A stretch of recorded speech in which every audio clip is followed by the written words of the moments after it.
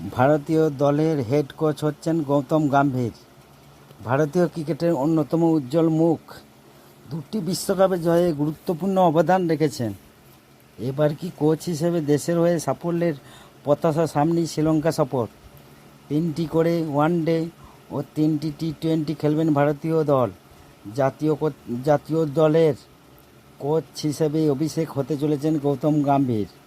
তার কোচ হওয়ার বিষয়টা নিশ্চিত ছিল, অপেক্ষা ছিল শুধু বোর্ডের ঘোষণা। সেটাও হয়ে গিয়েছে, তবে সূত্রের খবর বেতন নিয়ে এখনও আলোচনা চলছে।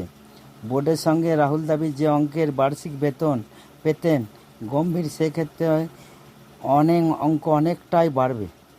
গৌতম গম্ভীর যে শুধু অনেক টাকা উপার্জন করেছেন বা এখনও করছেন তাই নয়, তার একটা বড় অংশ যায় অন্য সংসারে, যা গর্ব হওয়ার মতোই। ইন্ডিয়া প্রিমিয়ার লিগে যে গত মরশুমে কলকাতা নাইট রাইডার্স ম্যানেজার ছিলেন, সেখানে যে অঙ্কের বেতন পেতেন, তাতে সেই চাকরি ছেড়ে দেওয়ার জন্য বড় কোনো কারণ প্রয়োজন ছিল। 2025 champion trophy, 2025 world test championship, 2026 টি-20 world cup, 2027 world test championship, 2027 one day world cup. তার অধীনে 5টা কাপ খেলা হবে। টিম ইন্ডিয়া হেড কোচ হওয়ার জন্য গৌতম গম্ভীরকে অনেক অনেক ধন্যবাদ জানাই, শুভেচ্ছা জানাই।